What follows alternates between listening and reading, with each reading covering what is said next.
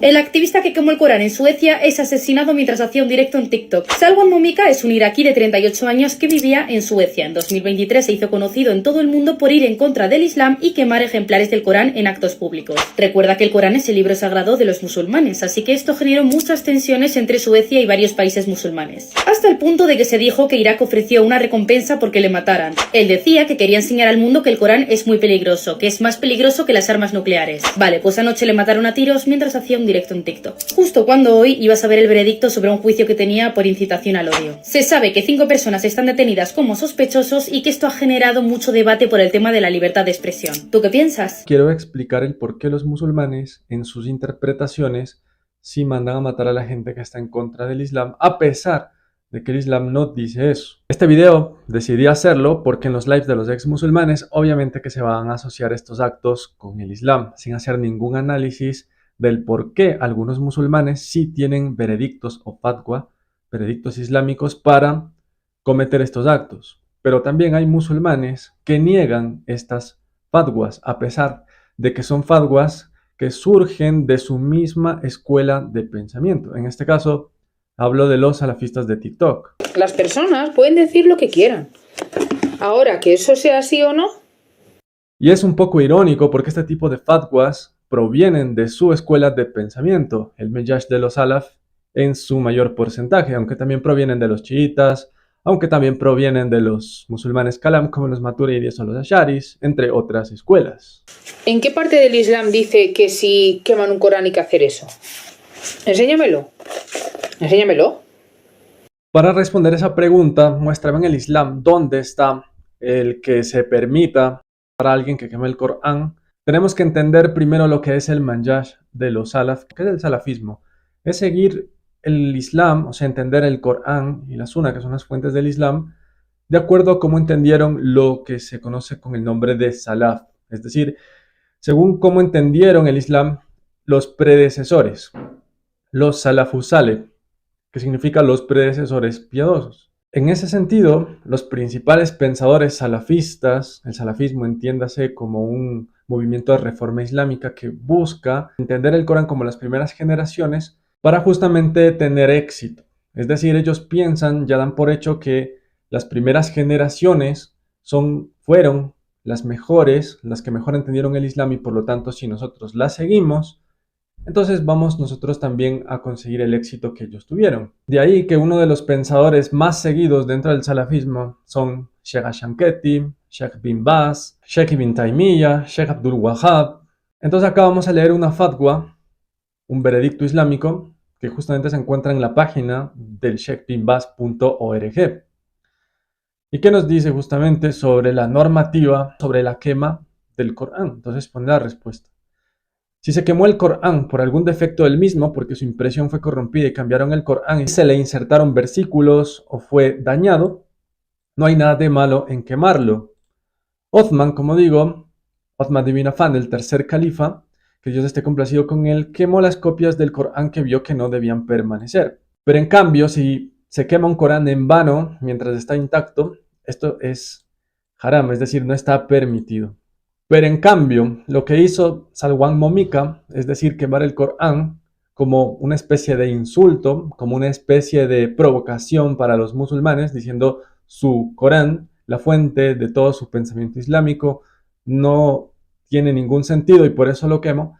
Entonces, esta intencionalidad de justamente herir a los musulmanes se considera como apostasía del Islam, o sea, kufr. Nos dice que aquel que comete kufr tiene que ser desvivido por ley islámica, entre comillas, islámica. Escuché en un programa de radio, en una entrevista con alguien, que no hay ninguna evidencia en el Sagrado Corán, los Hadith o las Fatwa que permitan desvivir a un apóstata del Islam. Entonces, la respuesta que le dan justamente a los salafistas es que en el Sagrado Corán y la Sunna pura han indicado que el apóstata debe ser desvivido si es que no se arrepiente. Si es que ellos pues se arrepienten, entonces ya no tienen que ser desvividos. Esto según el Corán, según la interpretación salafi. En Sahih al-Bukhari, con la autoridad de Ibn Abbas, que Dios esté complacido con ambos, o sea, con Sheikh al-Bukhari y con Ibn Abbas, ellos dijeron que el profeta, o sea, le atribuyen este dicho al profeta Mohammed, de que quien cambie su religión pues desvívanlo. En los dos sahigs, esto significa Sahih Muslim y Sahih al-Bukhari, con la autoridad de Muad, que Dios esté complacido con él, hubo un apóstata que tiene que ser desvivido, ni siquiera se le debe permitir que monte su caballo libremente. En resumen, lo que nos dice esta página Salafi de Bin Baz es que hay muchas escuelas y eruditos que han explicado estos de la sentencia de desvivir al apóstata justamente en las 4 escuelas de pensamiento suní. Las escuelas de fiqh, ¿no? Que como ya hemos visto en mi página muchas veces es una pseudociencia. Y acá vamos a hacer un breve recorderis del por qué es una pseudociencia. Esta página también es muy buena para poder entender el cómo piensan ellos, es islamq.org. Y justamente la pregunta nos dice que qué pasaría si una persona precisamente toma el Corán, lo arroja al suelo con fuerza y luego lo pisa varias veces. Entonces nos dice la respuesta: faltarle al respeto al Corán deliberada e intencionalmente es blasfemia, porque es una clara evidencia de la ausencia del principio de la reverencia debida a Dios Todopoderoso y su religión, y es una evidencia del desdén por las leyes del Islam. O sea, el que hace esto está justamente atentando contra el Islam. Ahora yo me pregunto, Salwan Momika, sabiendo esto, ¿cómo se atreve? Sabiendo que esa gente estaba mal de la cabeza, ¿cómo se atreve justamente a provocarlos de esa manera? El Imam al-Nawawi, el conocido Sheikh al-Nawawi, que tiene los hadith al-Nawawiya que se llaman, que son los 43 hadiths más importantes, dijo que los eruditos coincidieron unánimemente en la necesidad de preservar y respetar el Corán. Si alguien lo arroja a la basura, Dios no lo quiera, habrá cometido una blasfemia. El jeque al-Islam ibn Taymiyyah, que les encanta, dijo: los musulmanes han acordado que quien trata el Corán a la ligera, como por ejemplo tirarlo a la basura, patearlo, es un insulto y es un incrédulo. Si seguimos leyendo, nos dice que si una persona ha perdido el juicio, en árabe lo que es majnun, entonces esa persona está exenta de culpa. O sea, a esa persona no hay que... En resumen, si una persona siente lo que está haciendo, tiene intención de herir tiene intención de herir al Corán y demostrar que el Corán no sirve, pateándolo, quemándolo, entonces ha cometido una blasfemia. Y la ira no es una excusa. Solo la locura, eso podría ser considerado una excusa. Acá vamos a leer lo que dijo Sheikh Amin al-Shanketi, uno de los salafistas más reputados allá en Arabia Saudí. Dijo que hay personas que podrían cometer estos actos de blasfemia en contra del Corán sin haber tenido conocimiento de que esto es un acto de kufar, de incredulidad. Entonces, que a ellos hay que perdonarles. Hay que perdonarles porque en Sahih Muslim dijo: Señor nuestro, no nos culpes si olvidamos o cometemos un error. Entonces, ¿qué pasa si vos quemaste el Corán por alguna razón, como Salwan Momika, y pues quieres que no te desvivan esta gente? Pues tienes que arrepentirte, porque está permitido aceptar el arrepentimiento de alguien que maltrató el Corán, así como Salwan Momika lo hizo. Dios Todopoderoso es perdonador y misericordioso con sus siervos, y ha prometido aceptar el arrepentimiento si el pecador y blasfemo apóstata es sincero en su arrepentimiento. Así que nada, apresúrense y arrepiéntanse sinceramente, con intención sincera, para que justamente no sean tiroteados mientras hacen un live en TikTok. No vale la pena morir así, muchachos. A esta gente se le vence con el intelecto, no insultando ni blasfemando a lo que ellos consideran sagrado. Más allá de que ciertamente el Corán, por definición, Qur'ana, es la recitación y no es el libro físico. Entonces, en resumen, quien quema el Corán voluntariamente para justamente profanarlo, entonces él ha cometido apostasía. Y como ya sabemos, el que comete apostasía tiene que ser desvivido. ¿Por qué esta gente hace este tipo de fatwas? Si vamos a analizar los fundamentos del por qué dicen vamos a desvivir a aquella persona que ha blasfemado contra el Corán en este caso, entonces nos encontramos con que su pseudociencia, la que siguen justamente para permitir este tipo de actos, es que ellos no hacen un estudio del ente en cuanto a ente, no parten del ente en sí, por lo tanto no pueden buscar el bien en sí. ¿A qué me refiero con esto? De que, por ejemplo, si yo parto del estudio del nafs, el estudio del ser, en este caso, lo que yo soy, entonces yo voy a darme cuenta de que tengo derechos naturales. Y esos derechos naturales son justamente el derecho a la vida, el derecho más fundamental de todos. Así que solamente se puede quitar la vida siempre y cuando se proteja la vida. Ellos, al no partir de eso y al partir de una pseudociencia, lo que ellos llaman los fundamentos del sendero profético, entonces no pueden llegar a esas conclusiones a las que uno llegaría por razón. Ellos simplemente se apegan a la metodología que seguían los sahaba, los compañeros del mensajero. ¿Y cuál es esa metodología? Es el de cambiar, precisamente hacer un giro lingüístico, si se podría llamar así, a las palabras kufar y mu'min. Mu'min pasaría para ellos a significar lo que sería un creyente y kufar pasaría a lo que ellos llamarían, a lo que nosotros en español llamaríamos incrédulo, infiel. Si el mu'min es el creyente, ¿en qué tiene que creer? Tiene que creer en la sunna, sin preguntar ni el por qué ni el cómo. Simplemente, si algún sheikh, algún erudito le dice esto es sahih, esto es daif, todo lo sahih él lo tiene que aceptar porque un erudito lo dice, sin preguntarse ni el por qué ni el cómo. Eso es un mu'min, un creyente. Y es más, nadie, por ejemplo, lo que estoy haciendo yo es prácticamente me saca de lo que ellos creen que es un mu'min, o sea, yo no sería creyente en este caso, porque yo estoy disputando y estoy debatiendo y estoy argumentando en contra de su metodología, la cual precisamente es una pseudociencia a todas luces. Porque, por ejemplo, ¿cómo puedo yo saber si algo es verdad? Pues yo necesito una metodología, necesito una argumentación en donde las premisas que use sean anteriores a la conclusión, que todas esas premisas sean verdaderas y que la conclusión también sea verdadera sin cometer falacias lógicas, ya sean falacias formales como informales. Eso me da a mí el criterio de verdad, pero acá el criterio de verdad lo da un sahaba, lo da un salaf, un predecesor, alguien que simplemente vivió con el mensajero de Dios y ya está. Entonces yo no puedo disputarles a ellos, por ejemplo a Khalid ibn Walid, sus hechos, sus dichos.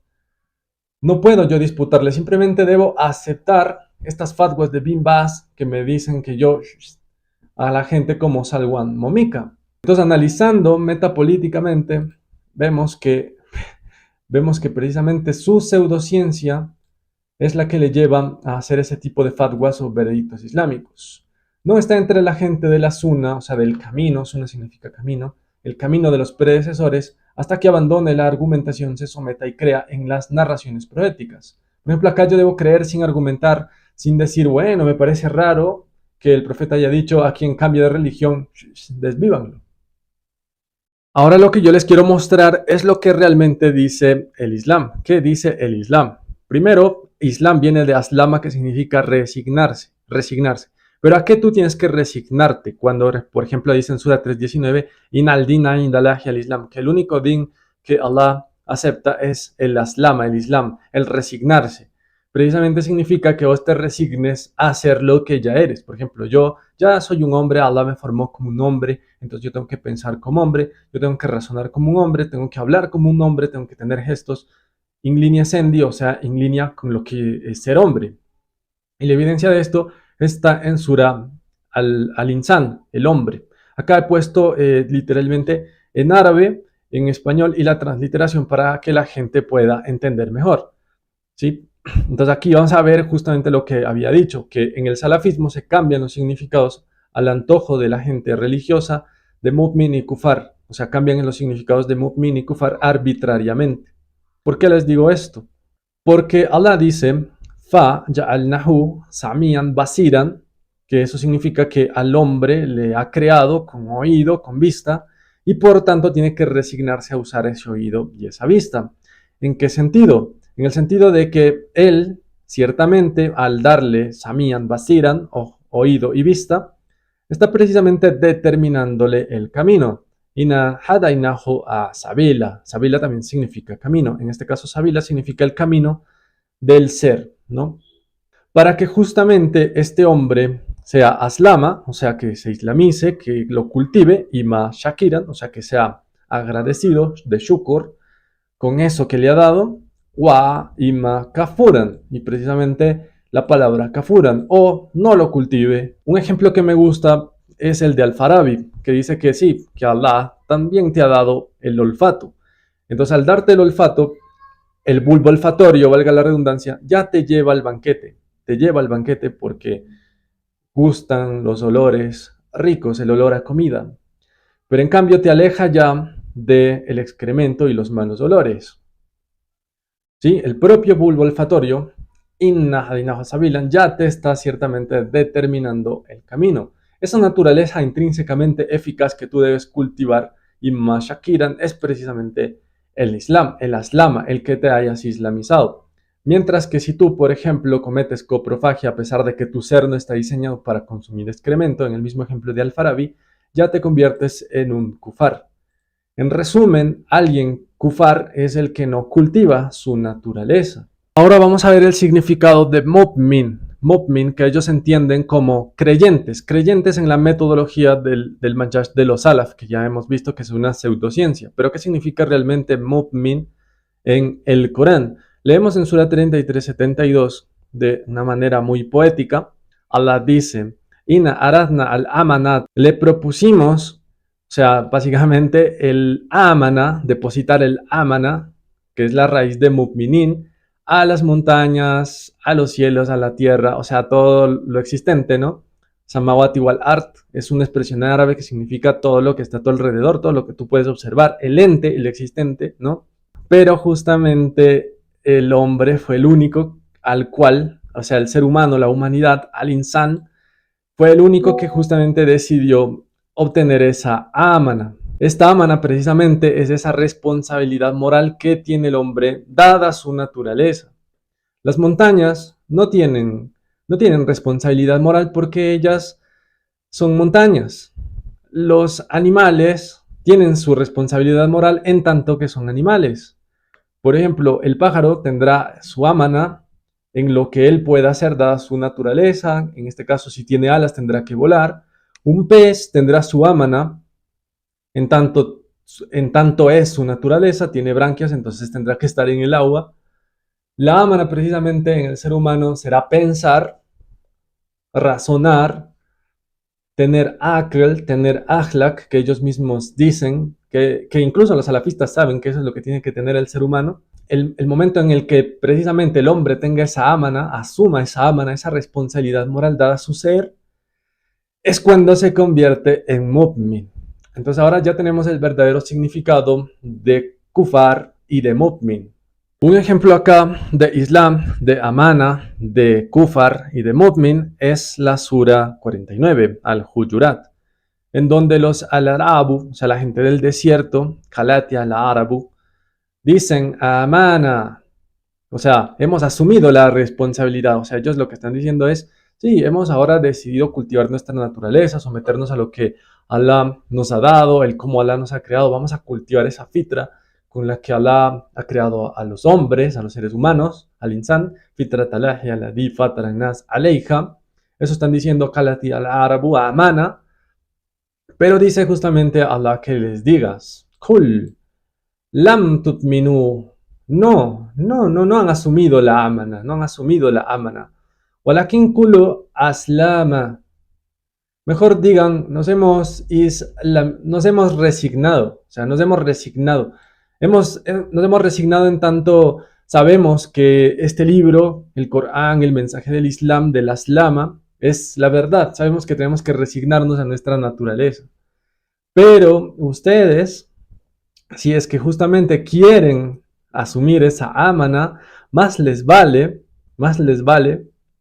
obedecer a Allah y al Rasula, o sea, en este caso a Mohammed. Entonces ahí precisamente van a asumir la amana. Entonces, ¿qué significa el obedecer a Allah? ¿Qué significa obedecer a Allah? Es precisamente el de empezar a cultivar lo que nos ha dado Allah. ¿Y qué significa obedecer al mensajero? Es precisamente empezar a conocer nuestro ser para poder obedecer a Allah. El mensajero, la paz esté con él, dijo: Man arafa nafsa fakat arafa rabba. Quien conoce su ser va a conocer lo que su Señor le pide. En ese sentido, la persona que obedece al mensajero va a justamente hacer lo que yo les dije antes, empezar a estudiar el ente en cuanto a ente, saber que los seres humanos tenemos una naturaleza racional, saber que tenemos derecho a cultivar esa naturaleza, sabemos que justamente dada nuestra naturaleza tenemos derechos ligados a esa naturaleza. Ahora sí vamos a entender el último sermón del mensajero de Dios. O sea, antes de morir dijo: toda la humanidad proviene de Adán y Hawa, más allá de que eso sea verdad o sea mentira. Todos los seres humanos, lo que trata de decir aquí es de que somos la misma raza, la misma especie. Un árabe no tiene superioridad sobre un no árabe, ni un no árabe tiene superioridad sobre un árabe. Un blanco no tiene superioridad sobre un negro, ni un negro tiene superioridad sobre un blanco. ¿Sí? Porque justamente tenemos esa dignidad ontológica, esa igualdad ontológica, dado nuestro ser, entonces tenemos derechos. Entonces acá tenemos una dignidad ontológica y una dignidad moral. La moralidad precisamente está en el taqwa, en el actuar in linea sendi. Si vos no actúas in linea sendi, pierdes el valor moral. O sea, un ladrón, el man que le mató a Salwan Momika, ha perdido su valor moral porque es un tarado, tiene una tara. Entonces por eso va y comete esos actos. Entonces la taqwa es precisamente el valor moral y el ser es precisamente el valor ontológico. Entonces, ahora sí se va a entender que éticamente hablando se debe desvivir a alguien para salvar una vida, ¿no? Entonces, tú puedes defender tu vida porque tu vida es el valor absoluto, porque tu vida, la vida en general, tiene un valor absoluto. Entonces, si vos atentas contra alguien, a ese alguien va a tener derecho a defenderse. Por eso el profeta dijo en el último sermón, no lastimes a nadie para que nadie te lastime a ti. En resumen, el último sermón del profeta nos enseña del valor ontológico y del valor moral. Oh pueblo, en verdad su vida y sus riquezas son sagradas. O sea, eso básicamente lo van a decir hasta los grandes filósofos, como incluso empiristas como John Locke o Hume, de que la vida y el poseer bienes son derechos de primera generación. O sea, el liberalismo clásico nos habla de que los derechos de primera generación son precisamente la vida y el derecho a poseer bienes. Son derechos ligados a nuestra naturaleza humana.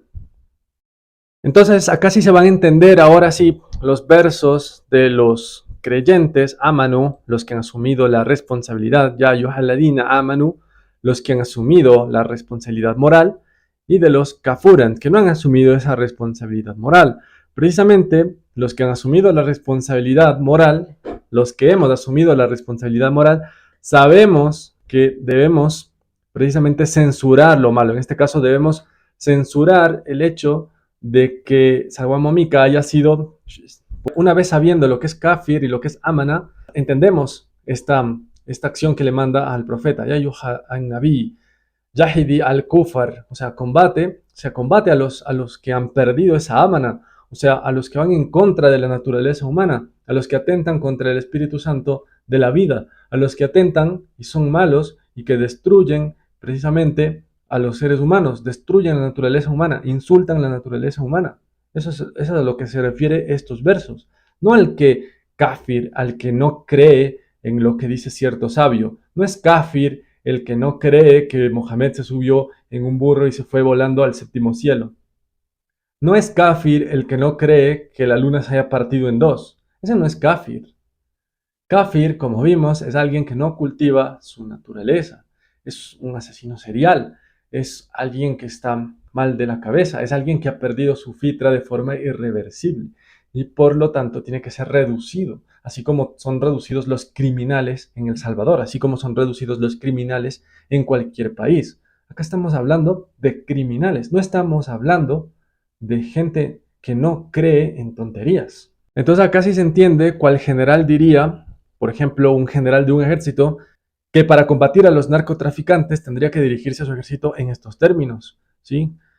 Combate a los justamente narcotraficantes que le venden intoxicantes a la gente, que causan daño, donde quiera que los encontréis, capturarles, sitiarles, tenderles emboscadas. Un narcotraficante es un kufar, alguien que no cultiva su naturaleza con la que Dios le ha creado. Pero si estos kufar, mushrik, munafik, te piden protección, concédesela.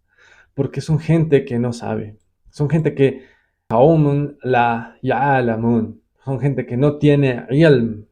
Son gente que no conoce. Son gente tarada. Incluso el narcotraficante, si ya dice, no, tranquilo, me rindo, se le agarra, se le mete a la cárcel y se le rehabilita. La gente que piensa que kufar es alguien que no es creyente en una religión, entonces ahí vamos a tener muchos problemas. Vamos a tener problemas de entendimiento del Corán. Y por eso salen ese tipo de fatwas tan atroces y se cometen estos actos tan atroces en nombre del Islam. Entonces siempre recuerden, muchachos, la palabra din no es religión, porque si fuese religión, Inal din indallah y al Islam, la única religión que Allah acepta es la de ellos, la de los salafistas, la de los chiitas, en la que ambos andan haciendo fatwas, veredictos islámicos de desvivir a la gente porque no pueden con ellas intelectualmente. O entendemos lo que en realidad quiere decir din en el Corán. Fa'akin washhak, voltea tu rostro a lidin y a comportarte, Hanifa, como alguien sin religión, precisamente, fitra talaji, cultivando a la di, fataragnas aleija, la fitra, la naturaleza primigenia con la que Dios ha creado a los seres humanos, a la gente. No cabe alteración en la creación de Allah. O sea, no puedes tú alterar tu creación. Ah, sí, yo soy un ser humano, pero decido no pensar. Ah, sí, yo soy un pez, pero decido no nadar. Ah, sí, yo soy un ave, pero decido no volar. La mayoría de la gente, la Yalamun, desconoce este principio islámico natural, que vos naces sin religión. Entonces, ¿por qué quieren hacerle religión al Islam, muchachos? Y una religión tarada, lo peor. Una religión tarada, lo peor. Hasta da vergüenza uno salir a la calle y decir, bueno, yo soy musulmán. Porque claro, me asocian con estos tarados. Miren acá, en Sahih al-Bukhari nos dice precisamente que el hombre nace sin religión, muchachos. Abu Huraira dijo que el mensajero de Dios dijo, todo recién nacido nace en la fitra, que es la naturaleza primigenia. Son sus padres los que le vuelven judío, cristiano o zoroastriano. Así como el animal da a luz un animal completo, ¿acaso veis que sale mutilado? Entonces justamente Abu Huraira empezó a recitar el verso que acabamos de leer.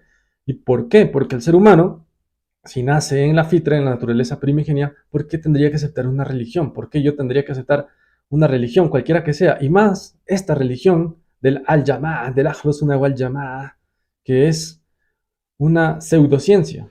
Vamos a comportarnos como Khalid ibn Walid, que precisamente se fue a una tribu y les invitó al Islam a esa tribu, pero ellos no pudieron expresar la frase, nos islamizamos, y dijeron, sabana, sabana, nos cambiamos de religión. O sea, entonces Khalid empezó a tomar los cautivos, al punto de que el mensajero de Dios dijo, soy inocente ante Allah de lo que hizo Khalid. 2 veces. 2 veces. Vamos a hacer como Khalid ibn Walid, de que, tú tienes que creer en el Midrash de los Salaf, tú tienes que ser chií, que también hacen esas fatwas locas, como la fatwa que hizo la Ayatollah, que terminó justamente haciendo que a Salman Rushdie, solamente por escribir un libro sobre los versos satánicos, y lo peor es que usando los tafsir de Al-Jalalain, que es un erudito que hace tafsir del Corán, donde él mismo dice que el mensajero pues recibió la revelación de Iblis. O sea, qué locura es esta, muchachos, de verdad. Acá hay otro hadith de Khalid ibn Walid, donde se pelea con un hombre, el profeta Mohammed. Entonces el profeta le dijo a ese hombre, teme a Dios, ¿sí? Teme a Dios. Pero ese hombre se marchó como si nada, ¿no? Se marchó ese hombre. Y Khalid ibn Walid le dijo, mensajero, le corto el pescuezo. El mensajero le dijo, no, tal vez reza. Entonces Khalid le dijo, ¿y cuántos orantes dicen con su lengua lo que no hay en su corazón? ¿Sí? ¿Ven la mentalidad de Khalid? Y el mensajero le dijo, es que no se me ordenó hurgar en los corazones de la gente ni abrir sus barrigas. Es que de verdad, o sea, se van a comportar como Khalid. O sea, el mensajero de Dios ordenó que al que se burle de él o del Corán, eso ya lo vamos a ver en un video más adelante, porque hay ciertas acusaciones, ciertos hadith que dicen que el profeta sí ordenó eso, pero por esta vez en este video no vamos a hablar de eso. Vamos a ver que justamente el profeta dijo que no se le ordenó hurgar en los corazones de la gente ni abrir sus barrigas, que obviamente es un hadith que contradice con los otros, pero ya vamos a ver eso con más profundidad en más videos. Pero en este precisamente lo que les quiero mostrar es que las personas que quieren abrir barrigas y hurgar en los corazones de la gente son las personas que salen del din como la flecha sale disparada del arco. ¿Sí? Son esas personas cuya recitación del Corán, aunque es elegante y bonita, se queda en sus gargantas, es decir, no la entienden. Claro, ellos no entienden la palabra kufar, no entienden la palabra mu'min, no entienden lo que significa mu'minin, mu'minati, no entienden lo que significa kafur, kafuran, kufur, no entienden, o sea, el Corán se queda en sus gargantas. Entonces ya para finalizar el video, les quiero poner es Sura Al-Kahf, la Sura 50, los dos últimos versos, donde nos dice justamente Allah qué debemos hacer con esta gente que quema Coranes, que se porta mal, a los salafistas incluso, que tratan de combatir el fuego con fuego, que no son capaces de combatir intelectualmente el ijtihad, el verdadero jihad contra la gente, que blasfema contra el Islam. Pues estos versos son muy claros, que literalmente nosotros los musulmanes sepamos, lo tengamos claro, que el Ajirat, es decir, la reconstitución física, que también es tema para otro video, lo puedo sustentar científicamente, es algo real y que precisamente nosotros no nos preocupemos de lo que la gente dice aquí en el Ajilat, sino que en el Ajirat ya rendirán cuentas. O sea, primero eso. Inna nahnu nuhi wa yumit wa alayna al-masir. O sea, prácticamente eso. Que nosotros tengamos presente que Allah es quien da la vida y la muerte y que literalmente no nos preocupemos, porque Allah es el fin a donde llegan todas las cosas, todos los asuntos. Y que nosotros no solamente estemos conscientes de que todo va a regresar a Allah, sino que seamos conscientes de que Allah sabe lo que dice la gente, tanto el mensajero como del Corán, como de Allah mismo. Nahnu alamu bima yaqulun. Ya sabemos lo que ellos dicen. Wa ma anta alayhim bijabbar. Pero tú no debes forzarles. Tú no debes forzarles. Peor, faktulu. Peor, desvivirles. Sino que, dhakir de dhikr, sino que de recordarles bil Qur'ani ma'i wa khafu wa'id, sino que debes recordarles el Corán.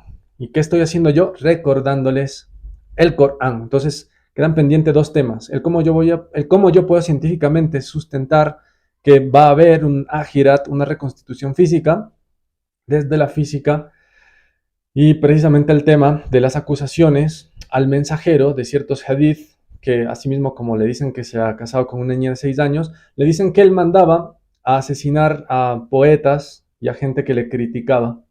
Entonces eso vamos a ver en otro video. Pero en este video hasta aquí. Muy mal los salafistas, una vez más, hacen quedar mal al Islam, hacen quedar mal a todos y quedan mal ellos mismos. Espero que con estos videos ellos reflexionen y no intenten matarme a mí, porque yo no estoy blasfemando contra el Corán. Yo estoy justamente recordando del Corán, lo que es el Corán en sí. Yo estoy recordando lo que es el Corán en sí.